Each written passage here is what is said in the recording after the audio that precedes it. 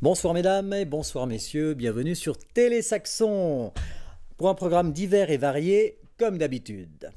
Vous n'allez pas être déçus ce soir. Eh bien, nous avons au programme les informations de la commune, la présentation d'un animateur animé et pour finir, votre séquence rétro.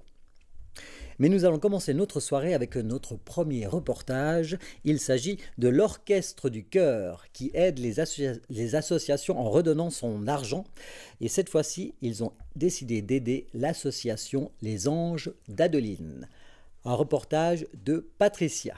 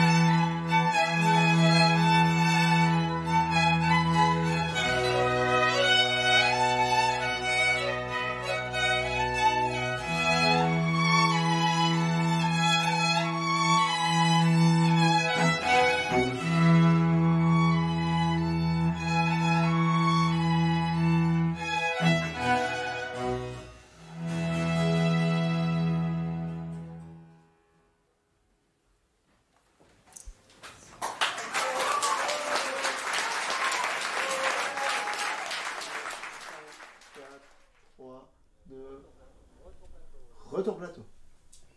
Alors, petite correction, bien sûr, il s'agit de l'association des anges d'Angeline et pas d'Adeline. Voilà.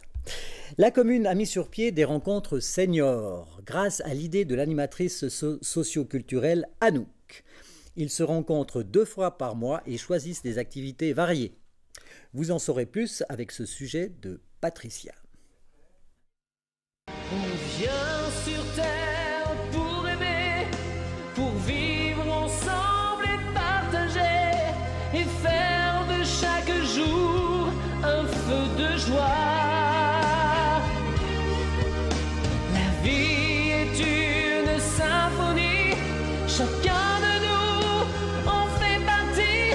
Ensemble il faut chanter. Je me présente, je m'appelle Annick Caruso, je travaille pour la commune de Saxon en tant qu'animatrice socioculturelle. Suite à la rencontre senior qui avait eu lieu l'année passée au mois d'avril, il a été décidé de proposer cet espace de rencontre pour seniors suite aux demandes en fait et aux récoltes qu'on a eues de cette soirée. Alors on se trouve à la salle de l'église protestante où on se réunit un lundi sur 2.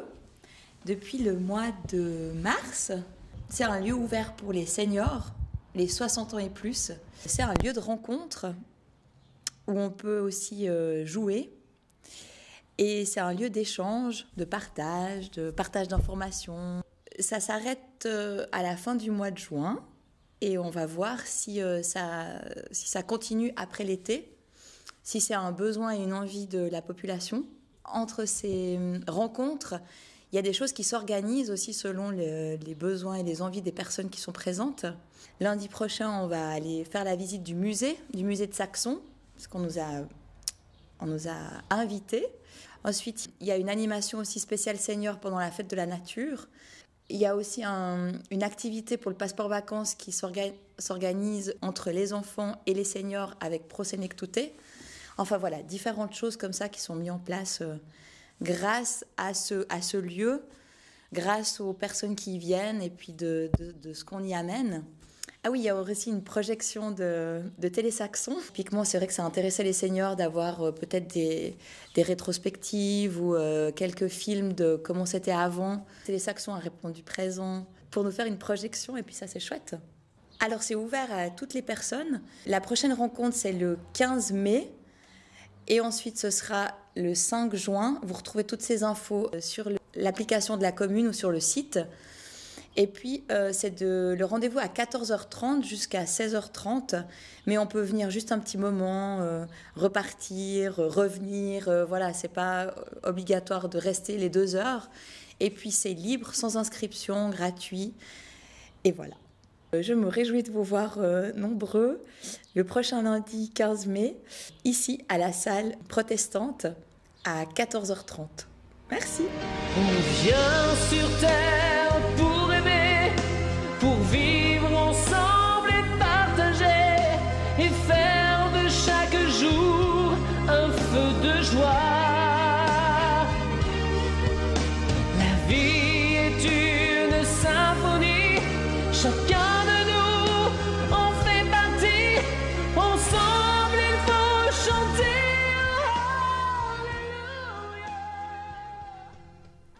qui a fait jeu.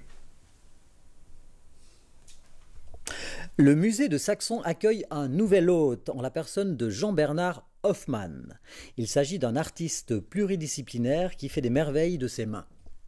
Ce dernier a pris d'assaut non pas une salle, mais tout le musée avec ses peintures, créations et animaux formidables. Un reportage, Gabriel et Christophe. Messieurs, je vous souhaite la cordiale bienvenue au musée de Saxon pour cette nouvelle exposition artistique. Ça me fait plaisir de voir que vous êtes venus soutenir l'art à Saxon, ça fait toujours chaud au cœur. Et puis, on a la chance d'avoir avec nous ce soir l'artiste qui est là, Jean-Bernard Hoffmann. Vous allez avoir l'occasion de discuter avec lui tout à l'heure. C'est une belle histoire qu'on a mis en place avec Jean-Bernard Hoffmann. C'est pas un artiste qui m'est inconnu. On s'est connus en 2019 avec Jean-Bernard. On était encore jeune et beau, tu te souviens, Jean-Bernard? On n'est plus que jeune maintenant. Ah non, pardon, on n'est plus que beau. On a ici au musée pour cette exposition plus de 120 œuvres de Jean-Bernard qui sont exposées. Donc une bonne partie, une partie qui est dans la salle d'exposition temporaire, comme à l'accoutumée, mais aussi là, débordé dans toutes les salles du musée, ce qui vous donnera aussi l'occasion, même pour les habitués, de refaire un tour du musée complet et de voir où il y a eu des ajouts qui sont toujours très pertinents, je trouve. C'est ça qui est extraordinaire, c'est des œuvres qui n'ont pas été prévues pour être exposées ici, mais qui, pour certaines, collent parfaitement avec les thèmes des différentes salles du musée que vous connaissez. Nous sommes au musée de Saxon avec Jean-Bernard Hoffmann qui présente sa nouvelle exposition. Pouvez-vous vous présenter auprès des Saxonnins, s'il vous plaît? Bonjour, je m'appelle Jean-Bernard Hoffmann, je suis artiste peintre, je viens de Sion, j'ai fait l'école des Beaux-Arts à Sion, je vis de mon art, voilà. Il y a beaucoup de peintures, mais aussi d'autres formes. On a vu quelques statues. Vous aimez varier les formes d'art? J'ai fait un peu de sculpture un peu par défaut parce que je faisais trop de peinture pour avoir un peu une activité physique. Et puis maintenant j'ai moins besoin parce que je commence à faire les cadres. Enfin, je fais les cadres moi-même, donc j'ai moins besoin de me dépenser.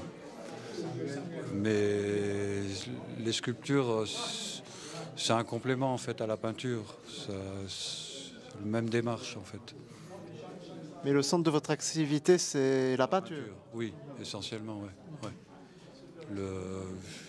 J'adore prendre la couleur et puis la répandre bêtement. On a vu, il y a des peintures de gens connus, mais aussi un peu moins connus de votre entourage. Est-ce que c'est difficile de les laisser se faire accepter qu'ils soient représentés ainsi? Il y en a qui ne sont même pas au courant qu'ils sont peints. En fait, mon choix, il est simple.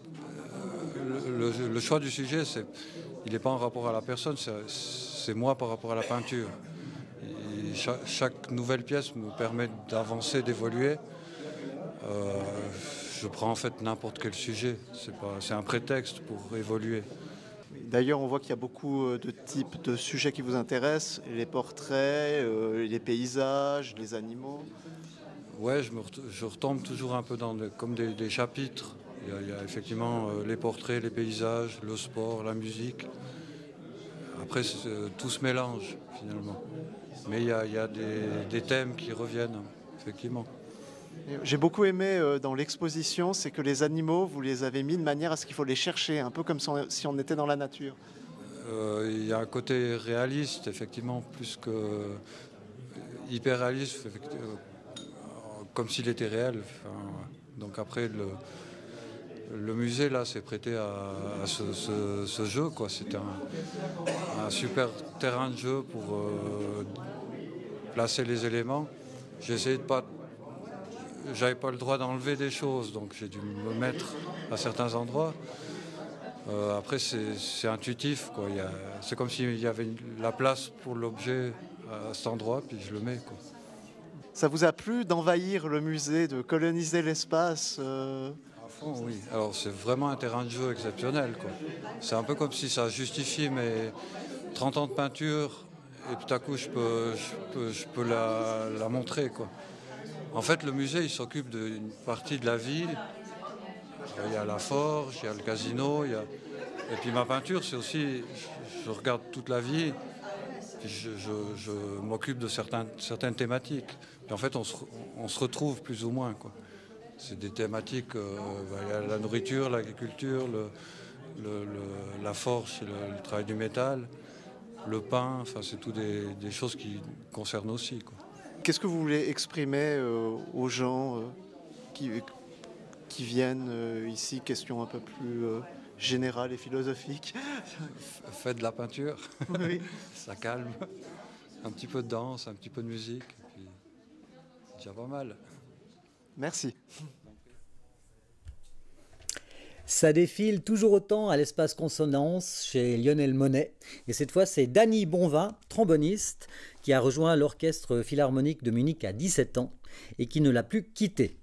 Il est venu à Saxon pour un concert chaleureux, réalisation de Patricia et Steve.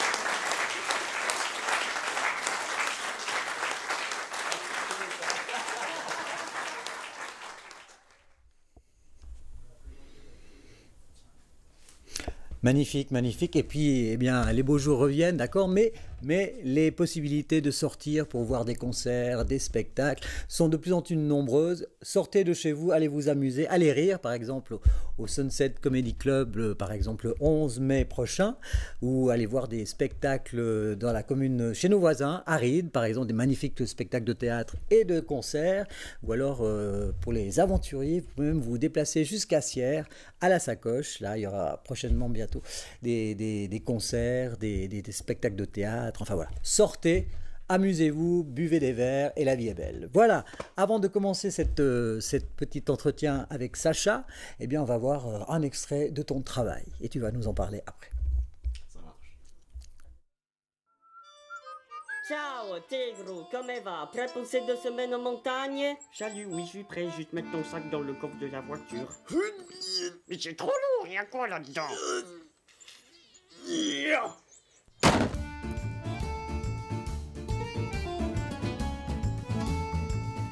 Alors 68 650 centimes, Tigron.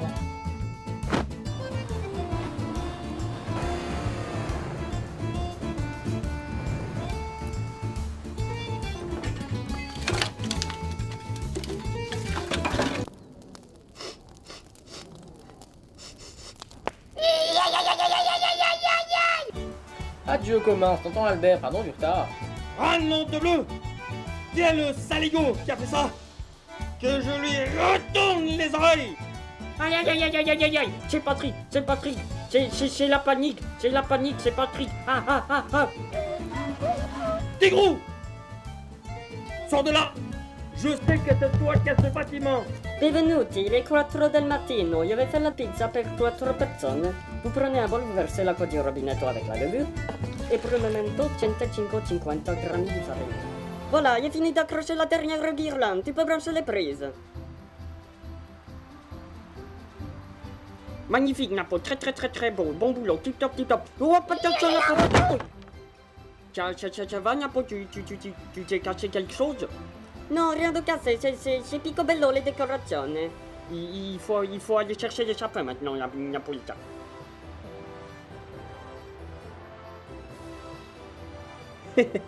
La classe mondiale, c'est petite déco, hein.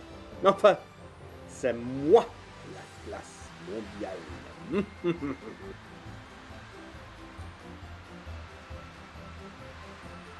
Tigro, regarde, il est picobello celui-là. Oh magnifique, tu as raison, coupe-le, j'en prends un autre.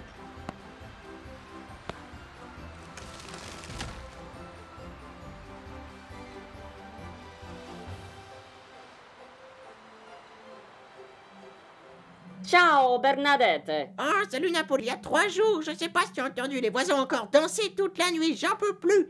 Et ils tapaient des pieds et tout, la musique était très forte, saturée, tout Jésus. Et puis les concierges, ils ont fait leur boulot, c'est pour ça qu'il neige. Moi ça me rend folle, ils font tout à la dernière minute. Et puis la voisine avec son chien qui gueule, ah je te dis Napo, on sera bien ici pour dormir, tout Jésus. Adieu commence, tonton Albert, pardon du retard. Viens ouvrir ton cadeau Albert.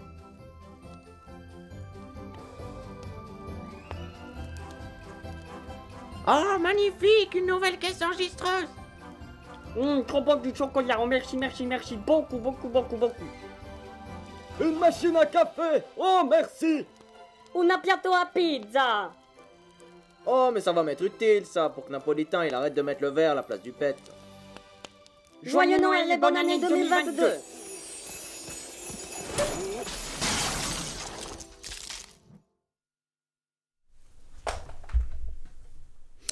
Alors Sacha, bienvenue.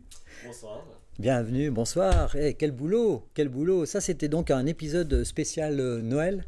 Voilà, exactement. En fait, c'était l'épisode, la première partie de l'extrait qu'on a vu, c'était justement l'épisode spécial pizza. En gros, ils partent faire la pizza au chalet de Tigrou, le chat en gris et en noir. Et le deuxième épisode, c'était l'épisode spécial de Noël et spécial Nouvelle Année 2021. Donc c'est quand même un travail qui date d'il y a quelques années. Je le prends quand même encore avec un peu de recul. Je me dis, peut-être des petits trucs qu'on pouvait améliorer, changer, voilà. Mais... Évidemment, dans la création, c'est tout le temps comme ça que ça se passe. Parle-moi un petit peu des étapes de travail pour réaliser ce genre de court-métrage. Alors, au niveau de ce genre de court-métrage, il y a plusieurs étapes. D'abord, il y a l'idée de base qui peut venir de quelqu'un ou de moi-même. Il y a une partie de création du scénario, bien sûr. On ne peut pas arriver comme ça, improviser un texte et puis se dire « Youpi, l'histoire, elle fonctionne ». Non, ça ne marche pas comme ça. Il y a une partie création des décors, doublage aussi, création des personnages, ça prend aussi un sacré temps. Et il y a la grande partie finale, c'est un peu la création du montage final. Voilà. Montage final, d'accord. Puis par exemple, pour parler du scénario, comment ça se passe, l'écriture pour toi, l'écriture du scénario? Alors, l'écriture du scénario, on va dire que ça vient d'abord de cette idée justement. Il y a plusieurs façons d'avoir l'idée. C'est soit l'idée elle est suggérée par quelqu'un d'autre, soit c'est nous qu'on l'a, ou à force on trouve peut-être une idée de se dire on va créer quelque chose sur une pizza. D'ailleurs l'épisode de la pizza, pour la petite anecdote, en fait ça vient d'une checklist qu'on a dû créer en classe pour une pizza napolitaine, et du coup à la fin du cours je me suis dit pourquoi pas créer un dessin animé justement avec deux chats, un qui fait des pizzas puis l'autre qui est allergique malheureusement à quelque chose qui se trouve dans la pizza, voilà. Donc en tant que scénariste, tu dois être un petit peu une éponge à tout ce qui se passe autour de toi. Voilà, on peut te suggérer des idées, ou alors quelque chose vient de toi, et ça c'est magnifique. Tu travailles donc à plusieurs ou seul. Et puis quelles sont tes sources d'inspiration? Alors comme je l'ai dit, les sources d'inspiration, ça peut être soit justement cette histoire de la checklist qu'on a réalisée en cours, ou soit alors avec par la checklist, soit on peut me proposer des idées. Par exemple, là, je suis en train de réaliser un épisode qui m'a été suggéré justement par un de mes professeurs à l'école. Donc c'est soit ça vient de quelqu'un d'autre, soit on s'inspire de quelque chose dans la vraie vie et on en crée une idée à côté. Par exemple, toi, si tu étais un grand fan de films d'animation, moi je m'y connais pas grand-chose, mais de manga ou de choses plus humoristiques, qu'est-ce qui t'a donné tout d'un coup qui a mis le feu à cette passion? Alors on va dire que j'ai toujours aimé les dessins animés depuis petit, quoi. J'ai bercé avec Bip Bip et Will Coyote, Tom et Jerry, La Panthère Rose, et j'ai toujours eu un peu une espèce de fascination vers ces personnes qui a bien longtemps, on n'avait pas des ordinateurs pour créer ça, faisaient vraiment le truc image par image en fait. Mais pour toi, avec toujours la direction vers l'humour, toujours le décalage. Voilà, un petit peu, exact. Satirique. Et parlons un petit peu maintenant des processus de création d'un personnage, parce que là, par exemple, on a... comment s'appelle ce personnage? Alors, ça, c'est le général Denon. D'accord. Il est très petit niveau taille, justement. Et c'est un personnage qui apparaît dans l'épisode 3. On en parlera un petit peu plus tard. Le processus de création d'un personnage, d'abord, en général, ça se passe comme ça, pendant les pauses, au cours. Des fois, je ne sais pas trop quoi faire, on va dire. Et je gribouille un petit truc vite fait sur une feuille d'anglais, sur une feuille de mathématiques, etc. Et ça sort un pré-design en gros du personnage, et après on vient dans le logiciel justement pour créer. Peut-être ça passe d'abord par la main, ça passe un petit peu par la main, voilà, un petit coup de crayon, un petit truc. Tu es obligé de passer par la machine, les machines. Oui, bien sûr. D'accord. Et puis donc... on lui choisit son costume. Ça, c'est un deuxième personnage. Comment ça s'appelle? C'est un deuxième personnage. Il s'agit d'Alain. C'est un présentateur télé qui apparaît aussi dans l'épisode 3. En fait, c'est vraiment les derniers personnages que je pense qui vont être montrés ici. D'accord. Et il a été aussi créé pour le nouvel épisode qui va bientôt sortir. Et puis ces personnages, donc, ils sortent de ton imagination, tu les passes dans l'ordinateur, là on voit un militaire ou un... Exactement, un général encore un peu plus haut gradé que le général qu'on a vu ailleurs, enfin qu'on a vu précédemment. Et dans ton processus de création, ces personnages-là, tu imagines aussi leur voix, tu entends leur façon de parler, comment ça se passe? C'est d'abord, tu les visualises d'abord ou tu les entends? Alors, ça se passe dans quel ordre? Ça se passe plutôt dans l'ordre, je crée le texte et après je sais qu'est-ce qu'il me faut comme voix. D'accord. Et en fonction de la voix que je m'imagine, le personnage va être créé. Voilà. Par exemple, s'il est très petit, il va parler très rapidement. S'il est imposant, il va vraiment parler d'une manière assez lourde, assez imposée, etc. Et donc, ces voix, puisque j'imagine que là, tu m'expliques qu'il y a beaucoup de travail en solitaire. Est-ce que c'est toi qui fais toutes ces voix? Non, alors... Pour les voix, j'ai la chance d'être assisté par énormément de monde que je remercie, je pense, à chaque fois que je crée des personnages, etc. J'ai vraiment cette chance, en fait, que j'ai pu engager là-dedans, on va dire, on est presque une dizaine actuellement, derrière les voix du personnage, des personnages du dernier épisode. Tu as demandé à des copains de classe. Voilà, exactement. C'est des copains de classe qui, un jour, j'ai dit, ça te dirait de venir doubler un personnage, j'ai peut-être un truc intéressant pour toi. Puis ils ont dit, vas-y, on tente l'aventure. Ça peut être soit des amis proches encore, ou alors ça peut être des amis de mes amis encore. Donc ça vient vraiment de tout horizon. Comme tu les connais, tu as capté leur son, la voix. Tu dis, tiens, peut-être lui irait bien avec tel personnage. Exactement, oui. Et c'est vraiment une chance unique parce que je donne aussi la possibilité même à des gens qui disent j'ai jamais fait ça, je suis pas sûr que ça va donner bien. Et j'ai toujours dit viens, on essaye. On essaye, il faut essayer, bien sûr. Le but, c'est pas de fermer la porte à personne, c'est vraiment que les gens en qui j'ai confiance, surtout bien sûr, peuvent venir doubler sans aucun souci des personnages et y apporter leur voix. D'accord, super. Alors on verra peut-être, je pense qu'on aura un petit sujet qui montrera comment se passe justement un enregistrement de comment on appelle ça, de la poste. Le doublage. Doublage, voilà. Le doublage. Et là, on voit la création du personnage de Napo.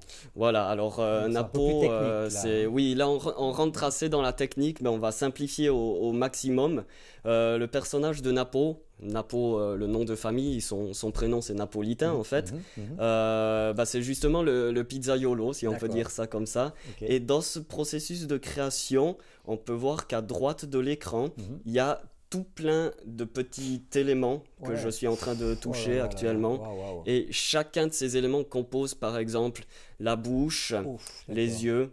Donc c'est vraiment un travail assez long et en fonction de chaque costume, il faut redesigner. Là, je suis en train de lui faire le costume pour l'épisode 3 quand ils partent sur Mars. C'est des menus. De menus, etc. Infini, quoi. Et chacun de ces menus a en fait un nom particulier qu'il faut lui attribuer. C'est assez très technique pour pouvoir le faire fonctionner. D'accord. Mais à la fin, ça rend un rendu vraiment super. Et c'est assez long quand même à faire. Il ne faut pas faire d'erreur dans le nommage. Parce que sinon, après, le logiciel, il ne va pas comprendre et il n'y a rien qui va fonctionner en gros. Pour faire assez simple. Puis là, donc là, j'ai envie de dire, excuse-moi, si les termes ne sont pas corrects, on a un premier dessin numérisé de ton personnage. Voilà. Et puis maintenant, il va falloir lui donner de la vie. Comment ça Exactement. se passe ? Alors, il faut savoir qu'il y a plusieurs logiciels qui sont utilisés pour cette animation en fait. On passe par un tas de logiciels. Il y a d'abord le logiciel d'enregistrement des doublages, bien sûr. On ne peut pas les enregistrer comme ça sur papier, quoi. Ça ne fonctionne pas. Il nous faut ensuite un logiciel où on va créer le design du personnage, comme on a vu tout à l'heure, avec tous ces calques. Et après, on passe par un troisième logiciel. 3 logiciels. Le troisième, c'est en fait la partie où c'est qu'on va configurer le personnage pour qu'il puisse réagir vraiment comme on le veut, en fait. Ok.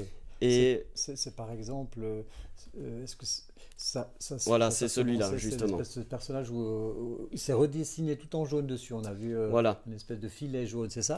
C'est ça. Okay. En fait, le filet qu'on voit là justement à l'écran, en fait, c'est ce qu'on appelle le maillage. Et le maillage du personnage, c'est comme un filet que vous étirez, en fait, pour faire vraiment simple. Et en fonction de comment il s'étire, le personnage va se pencher d'un certain côté ou de l'autre côté. D'accord, on va pouvoir contrôler ses mouvements, d'accord. Okay. Voilà. Wow. Et dans chaque personnage aussi, il faut leur attribuer quand même une structure au personnage. Il faut penser, nous on a des os. Le squelette. Donc il faut aussi créer un squelette au niveau du personnage. Dans les bras, on va leur mettre des faux os avec le logiciel pour que la courbure des bras soit vraiment assez intéressante. Je ne sais pas si on va le voir, c'est au tout début de l'extrait, dans la zone, il y a des petits bâtons qui apparaissent. Et c'est justement ces bâtons-là qui vont faire que la courbure du personnage, elle est assez intéressante. Voilà, il y a les petits bâtons. Ah, voilà, là. voilà, d'accord. Voilà. Ouais, ouais. Ok. Et chaque personnage, on doit aussi lui attribuer des fonctions. Ça fonctionne pas n'importe quand, c'est très complexe. Il faut vraiment simplifier pour des fonctions. On a justement à droite de l'écran, on a qui s'affichait juste avant, on a une partie où c'est qu'on voit justement la tête du personnage et le corps du personnage. Ah oui, d'accord, ok. Et avec cette partie, on va pouvoir y ajouter par exemple une poignée qu'on appelle la poignée main. Voilà, juste à droite de l'écran, une poignée main, une poignée yeux. On appelle ça des poignées. Et en fait, c'est pour faire en sorte que le logiciel il sache que le bout du bras du personnage soit la main. Et que la pupille du personnage soit aussi la pupille pour que ça puisse réagir à l'animation. Le plus réel, plus juste possible. Ouais, d'accord. Et puis, donc on a les personnages, ils sont construits. Maintenant, il faut les faire évoluer dans un décor. Comment se passe la création de décors? Alors, la création des décors, il y a une grande partie où déjà il faut savoir dans quel décor ils évoluent. Ouais, tout ça, t'as déjà tout imaginé. C'est déjà tout imaginé dans le scénario, justement. Et on arrive sur des décors comme on a par exemple là, ça c'est l'agence spatiale internationale. Voilà. Ouais. Et il faut penser qu'au début, les décors, ils sont vraiment blancs. D'accord. Il n'y a strictement rien sur la page. D'accord. Et il faut créer tous les éléments pièce par pièce. Donc, c'est-à-dire qu'on va y mettre un fond. On va ensuite venir mettre, comme vous pouvez le voir sur les décors, il y a toujours un personnage. Et ce personnage, il est vraiment important parce qu'il va définir l'échelle. Ah, c'est une référence par rapport au décor. Parce que sinon, c'est pas facile d'avoir la bonne échelle, quoi. Oui, bien sûr, voilà. bien sûr. Ouais. On a toujours ce personnage et après, on vient y mettre justement tous les petits éléments, les petits détails. C'est un travail qui prend assez long. Je sais qu'on a un extrait juste après des décors où je crée comment on appelle le paysage. J'ai perdu le mot, mais l'intérieur de la navette. Ah, l'intérieur de la navette. Comment on appelle ça? Le poste de pilotage. Et là, on peut vraiment voir en accéléré vraiment tout ce qui se passe pour pouvoir créer les éléments, tout ce qu'on va poser et toutes les parties. Donc ça, c'est des heures, des semaines. Alors, c'est des heures de dingue, oui. L'élément qu'on a là, par exemple, le poste de pilotage, c'est environ 10-12 heures de travail pour avoir créé le poste de pilotage. Voilà. Après, c'est aussi un décor qui est assez complexe, bien sûr, parce qu'il faut penser que chaque élément doit pouvoir être fonctionnel. Tous les boutons sont fonctionnels, peuvent s'afficher dans des différentes façons en fonction des actions faites par les personnages. Ouais, donc c'est vraiment un décor hyper complexe. Et là aussi, tu fais ça tout seul. Alors, les décors aussi. Les décors, j'ai la chance d'être assisté par quand même par quelqu'un, par mon ami Michael, qui fait aussi un travail énorme derrière, parce qu'en soi, pour l'épisode 3, c'est un total de presque 150 décors qui ont été créés. Pour celui-là, il y a 150 décors à environ 12 heures par décor. Je m'en sortirai absolument pas tout seul. Voilà. C'est quand même pouvoir se reposer de temps en temps. Oui, bien sûr. Magnifique les choses. Voilà, là on a la navette. On a la navette avec le poste de lancement justement de la navette. Ça, c'est à peu près 5-6 heures aussi de travail. Et par exemple, là, tu parlais du personnage référence. On peut le voir là Alors, sur l'export que j'ai fait là, non. Non, mais je me disais par rapport à ouais, effectivement. Non, il n'est pas visible sur l'export, mais il était juste. Là on le voit par exemple sur le décor, mais je l'ai juste caché à l'export. Et au niveau des décors, ce sont les imagines soi-même, ou soit alors on prend un décor de la vraie vie, justement. Ça, c'est mon chalet, par exemple. C'est le chalet familial que j'ai reproduit en décor. Voilà. Ok. Et puis, donc, le montage, ça demande une sacrée technique. Enfin, c'est pas sur un simple petit ordinateur qu'on va pouvoir faire ça, j'imagine. Tu as des machines très puissantes. Alors, on a quand même des sacrées machines pour pouvoir faire tourner tout ça, parce que ça se fait pas d'un claquement de doigts avec un téléphone, bien sûr. Par exemple. Les téléphones sont puissants, mais oui, ils viennent quand même assez puissants, mais il faut quand même une bonne machine derrière pour faire le truc.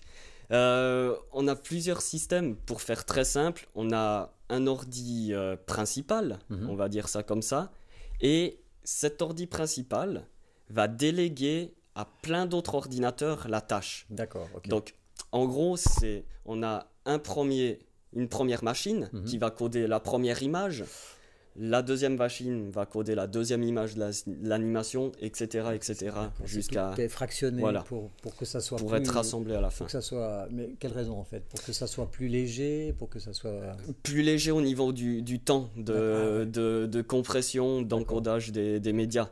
Parce qu'en général, il y a quand même, sur certaines scènes, il y a presque 10 heures où les machines tournent à plein régime pour pouvoir encoder.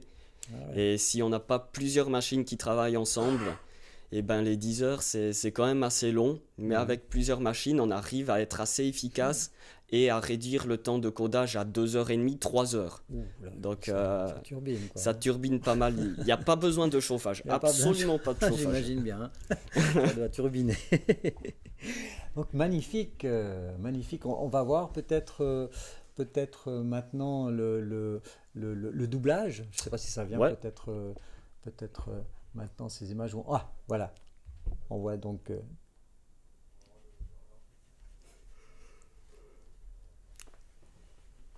Bienvenue pour notre journal de 19h30. Chères concitoyennes, chers concitoyens, chers amis, c'est avec joie et honneur que je vous fais ce discours en ce jour mémorable. En effet, ce soir, messieurs Tigrou, Napolitain et Albert s'envoleront en direction de Mars. Quoi, mais c'est encore pire. J'arriverai jamais à piloter le vaisseau, je vais mourir juste en montant dedans, mon général. Mais t'es fait un fou, toi. Tu crois comme ça que je vais abandonner mes bestioles? Moi, je suis diplômé du concours mondial de pizzaiolo. Bonjour messieurs, je me présente, je me nomme Nouille Denon, astronaute de formation et général de l'armée. Je serai votre instructeur pour les 3 ans de formation à venir. Bonjour, je suis Calista, je vous accompagnerai pendant votre mission. Merci Général Nouille, je ne crois pas nécessaire cette mission. Le coût est trop grand pour 3 vies, ça ne vaut pas la peine. Faut foutre un ventilo sur la tempête, hein Bernard? Comment as-tu osé encore rater cette mission? Fouillez la pièce, vite, on doit le trouver ou on passe un mauvais quart d'heure. Toute une panel de voix bien différentes. Exactement. Il y a même des voix qui ont été trafiquées. Alors, ah oui, c'est le plaisir du montage. Bien sûr, il y a toute une partie... Les voix, elles sortent pas naturellement envers tout le monde. Il y a des personnes qui ont la voix directement naturelle pour le personnage. Ouais. Et dans certains cas, le personnage nécessite autre chose que la voix naturelle de la personne. Donc on va quand même trafiquer un petit peu les voix, les accélérer, changer la hauteur ou des choses comme ça aussi, pour coller vraiment à l'aspect du personnage. Et à l'issue de toutes ces étapes de travail, alors tu fais le montage final en fait. Voilà, exactement. On a en fait une partie du travail de montage final. On a la chance vraiment avec un logiciel maintenant, c'est qu'on n'a pas besoin d'animer image par image. Donc à 60 images par seconde sur un film de 2 heures, voilà. Image par image, ça fait quand même un peu long. Et on a ce logiciel justement qui est là affiché à la télé, qui en fait fait du tracking de mouvement. Donc c'est assez intéressant parce qu'on a notre caméra qui est braquée sur nous, voilà. Comme on peut le voir en haut. On te voit en haut, c'est toi ça?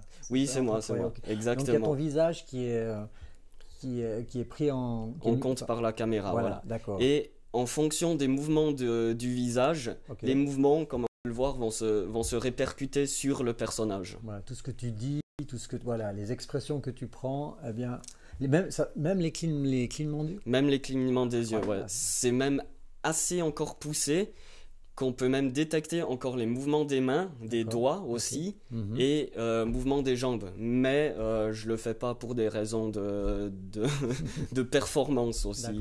C'est pas encore totalement en point, la technique pour les mains, les bras. Donc je préfère le faire naturellement, comme on peut le voir. Il y a plusieurs méthodes. On le fait directement avec la souris. On clique sur la main, comme je suis en train de faire actuellement, et l'ordinateur va enregistrer le mouvement qu'on donne. Voilà. Puis après, donc, tu appuies que chaque mouvement qui est enregistré, c'est comme qu'il y a une banque de données de tous les mouvements que tu vas récupérer. Exactement. Ouais. Ah ouais. Ah bah, dis donc, quel boulot. Et là, on a une scène d'1 minute, 1 minute 40, je dirais, ou 1 minute tout court. C'est à peu près aussi 30 minutes de temps de travail. D'accord. Voilà. Eh ben dis donc, quel boulot, quelle passion. Tout ça en autodidacte en plus. Tout ça en autodidacte, oui. J'ai suivi absolument aucun tuto. Je déteste ça en fait.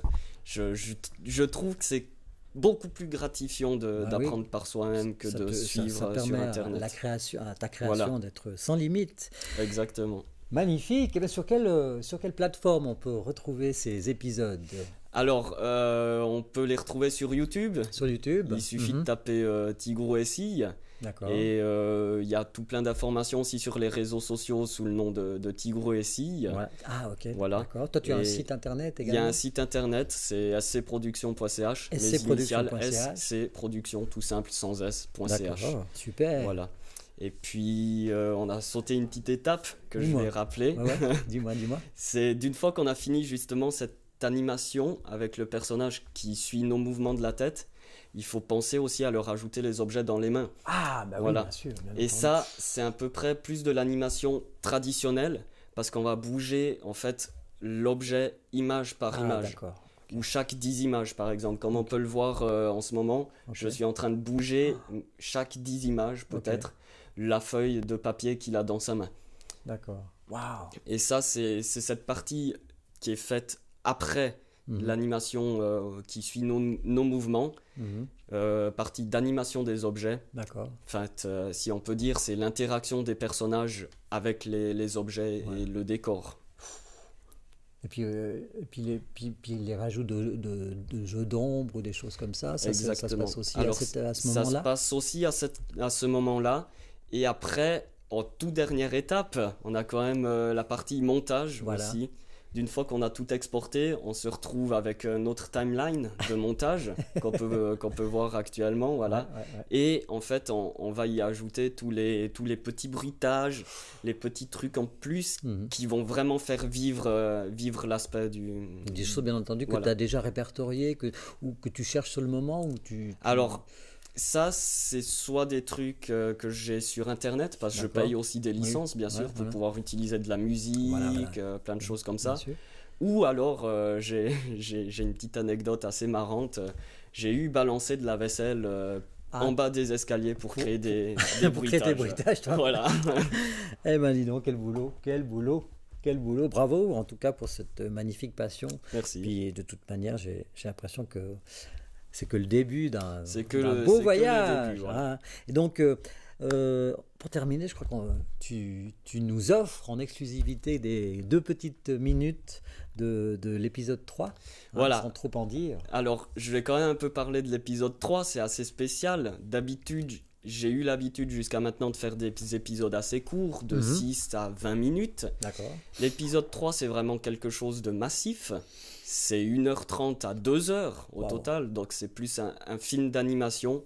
Et j'ai choisi de vous montrer un petit peu les 2 premières minutes 30 de cet épisode sur les 7 minutes que j'ai déjà monté actuellement. D'accord, on peut déjà savoir le titre ou il y a déjà un titre? Alors, il y a déjà un titre, l'épisode il sera divisé en 4 parties. Le premier titre, c'est En voyage sur Mars. Voyage sur Mars.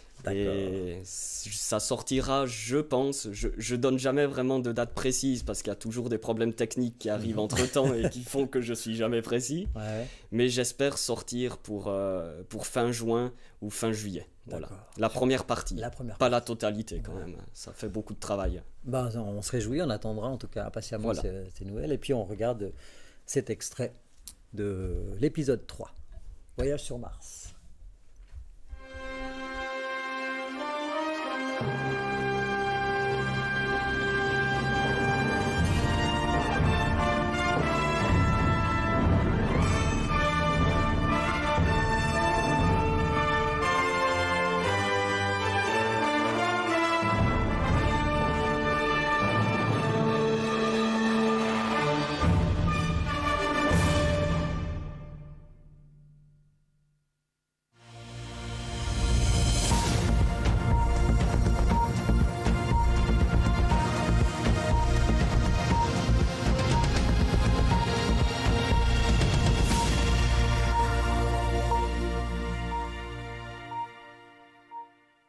Chères téléspectatrices, chers téléspectateurs, bonsoir et bienvenue pour notre journal de 19h30.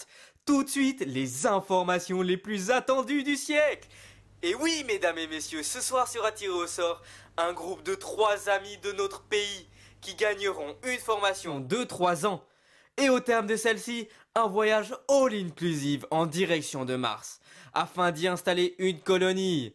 Et oui, vous avez bien entendu, un voyage sur Mars, à bord du tout nouveau vaisseau, le Star Symphony, un vaisseau tout droit sorti de notre agence A6CP.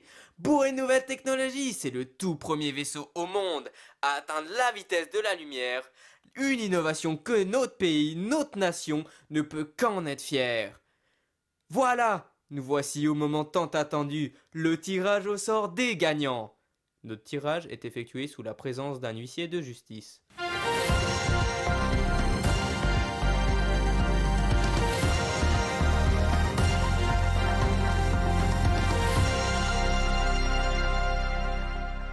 Messieurs Tonton Albert, Napolitain et Tigrou le chat.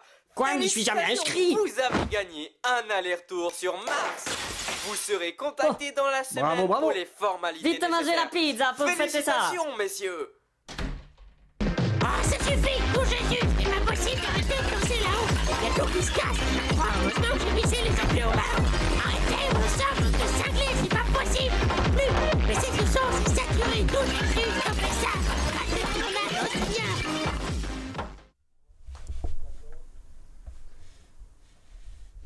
Merci beaucoup Sacha pour nous avoir partagé ta passion. Est-ce que tu as quelque chose à rajouter ou tu veux donner une information en plus? Oui, une petite information en plus. Il faut savoir que pour les doublages, il y a vraiment quelque chose que pas mal de gens ont assez de peine. C'est une étape pas facile parce qu'il faut savoir qu'ils ont fait absolument rien en face d'eux à part le texte et juste une petite ligne sur dans quel décor ils sont.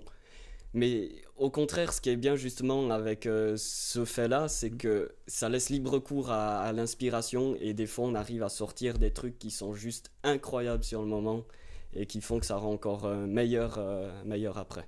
Ben, bravo en tout cas. Je pense que tu pourrais nous parler pendant des heures. Tu as l'air tellement passionné qu'on pourrait t'écouter pendant des heures. Faut pas perdre cette qualité-là, parce que la passion, il en faut, et il en a eu de la passion. C'est Paul-Marc Lation. D'ailleurs, Giorgio a réalisé un film en hommage à notre ami Paul-Marc Lation, qui était bien là au début de Télé Saxon. Passionné lui aussi. Merci.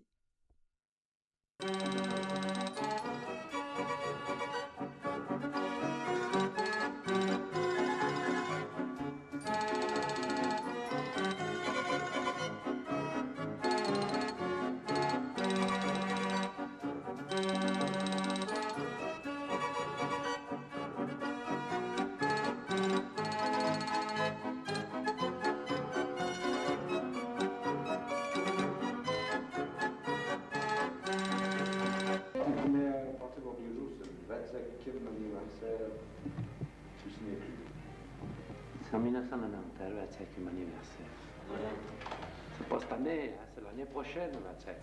Voilà messieurs, bonsoir. Giorgio, vous êtes toujours le président de Télé Saxon, Paul Lation le vice-président. Vous avez regardé ces images avec une larme à l'œil? Larme à l'œil, c'est peut-être beaucoup dire, mais quand même un petit peu de nostalgie, ouais, parce que c'est quand même quelque chose qui était assez fort à ce moment-là. Vous vous en rappelez de cette fameuse séance constitutive? Oui, on s'en souvient. Hein. On a assez... Comment il faut dire? On a assez réfléchi pour savoir si on n'allait pas se lancer dans une aventure carrément farfelue. Et puis, je crois que c'est vrai, c'était vraiment farfelu. Alors pour faire de la télévision, pour faire une télévision locale, il faut une demande de concession. Donc on a déjà dû faire une demande à la commune. C'est finalement les premiers gens intéressés pour nous fournir un local, pour nous permettre d'utiliser le réseau, puisque le téléréseau est communal. Donc il fallait déjà l'autorisation, la certitude de pouvoir émettre sur le réseau. L'essentiel de cette émission ce soir, c'est peut-être pour nos téléspectateurs de faire découvrir un petit peu comment se fabrique une émission. Une fois par mois, vous l'avez dit, il y aura donc plusieurs réunions, j'imagine, à commencer par le choix des sujets. Comment est-ce que vous décidez? Il s'agit de sujets qui ont trait d'une manière ou d'une autre à Saxon. Puis les choix des sujets, pour le journal, il n'y a pas tellement de choix de sujets, quoi. On prend ce qui se présente, on essaye de coller un petit peu avec l'actualité. Par contre, pour les émissions, comme on a vu tout à l'heure, rencontres, et ça, on est un petit peu plus souple. C'est pas forcément quelque chose en rapport avec l'actualité. On peut avoir des sujets qui n'ont rien à voir avec ce qui se passe actuellement, mais qui peuvent très bien aller pour la prochaine émission. Donc à ce moment-là, on a des choix à faire, non seulement sur les sujets, mais aussi sur quelle émission on va faire. Parce que suivant la longueur du journal, on va être un petit peu plus court, on va peut-être pas passer de rencontres, ou bien on va pas passer les laits, ou on va pas passer autre chose, parce que le journal est plus long. Donc il y a tous ces choix qui se font, je dirais, la semaine qui suit l'émission.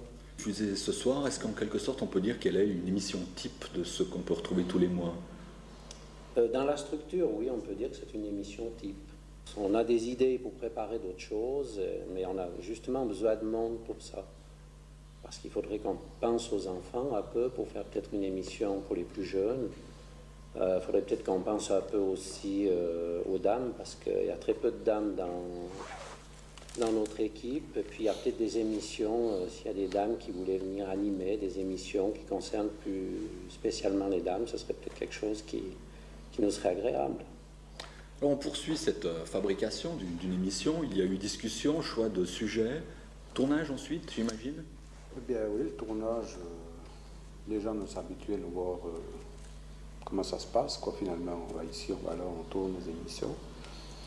Et puis après, quand on a fini un peu ce tournage, on va commencer à monter ces émissions. Puis après, ben, on vient au local et puis on monte ces images. Donc on contrôle, on regarde comment ça se fait, cette image est bonne, si l'autre n'est pas bonne. On procède un peu comme ça. Il faut dire que le montage, c'est quand même la partie la plus, je dirais, la plus difficile de ce qu'on a à faire. Déjà, il faut choisir des images, il faut essayer d'avoir un rythme dans ces images, il faut essayer de montrer ce qui est intéressant. C'est facile de faire un long sujet, c'est difficile de faire un sujet court, rythmé et qui dit tout quand même.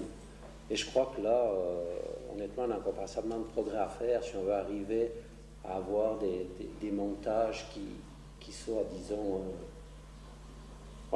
optimales, quoi.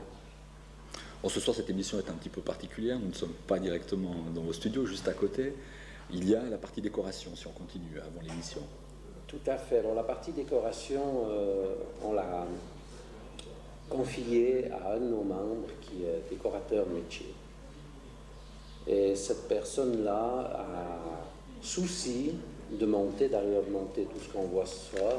Et c'est généralement lui qui fait un petit peu, je dirais, la disposition du studio, choisir les couleurs pour les arrière-scènes et ça. Et je pense que c'est important qu'il y ait une unité. On peut dire, par exemple, ce soir, vous avez vu le nouveau décor du journal.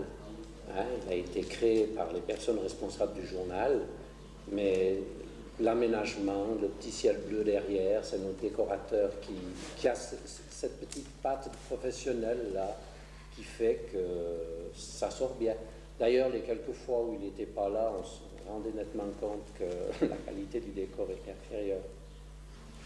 Et une fréquence d'une émission par mois, c'est quelque chose qui vous semble raisonnable, ou est-ce que vous aimeriez accélérer un petit peu le rythme et arriver à 2 ou 3 émissions? Je dirais que c'est difficilement faisable. Le problème de la fréquence c'est directement lié au nombre de personnes qu'on est pour travailler. Je crois qu'au niveau des sujets, il n'y aurait pas trop de problème de dire, par exemple, d'en faire 2 par mois. Par contre, au niveau du temps, vu qu'on est tous des bénévoles, c'est impensable d'en faire 2 par mois. C'est vraiment impensable. Parce que pour à peu près 1 minute d'émission, on compte 3 à 4 heures de préparation. Alors on voit tout de suite que le nombre d'heures que ça fait, si on fait en principe 1h30 d'émission par mois, c'est vraiment énorme. On peut peut-être, avant de se quitter, évoquer l'avenir. Comment est-ce que vous le voyez? Quelles seraient, selon vous, les principales difficultés? Est-ce qu'il s'agit des problèmes de relève, d'argent, de matériel? Pour l'avenir, bon, Il y a beaucoup de personnes qui nous demandent est-ce que vous ne voulez pas passer à 2 émissions. Bon, on a parlé avant. Je pense que c'est le problème de la quantité, du nombre de personnes qui travaillent, qui viennent, pas dire travailler avec la paye qu'on a, mais en fait, qui viennent passer leur temps à Télésaxon. Donc la relève, on peut le dire d'une certaine manière. On espère avoir beaucoup de jeunes, des garçons, des filles, pour essayer d'aller un peu mieux, d'aller plus en avant. Paul Lation, vous aussi la relève? Oui, la relève. Et puis on peut dire que, par contre, que nous, on aille plus loin, qu'on aille beaucoup plus loin, c'est pas pensable pour autant qu'on est dans le bénévolat. Messieurs, merci. Cette émission est terminée. Est-ce que vous connaissez déjà les thèmes de cette prochaine émission, les grandes lignes? Alors non. Alors la prochaine émission, le thème va être choisi mercredi prochain lors de notre assemblée générale, quand on soit le mercredi soir. Merci et encore bonne soirée. Je comprends rien du tout. Eh bien, des images qui font chaud au cœur. On m'a encore précisé pendant le reportage que Paul-Marc Lation était vraiment le tout premier à avoir eu l'idée de créer cette télévision que vous regardez une fois par mois. D'ailleurs, on vous donne rendez-vous le mois prochain avec plein de nouvelles idées, plein de nouvelles choses à annoncer. Portez-vous bien, au revoir et à bientôt.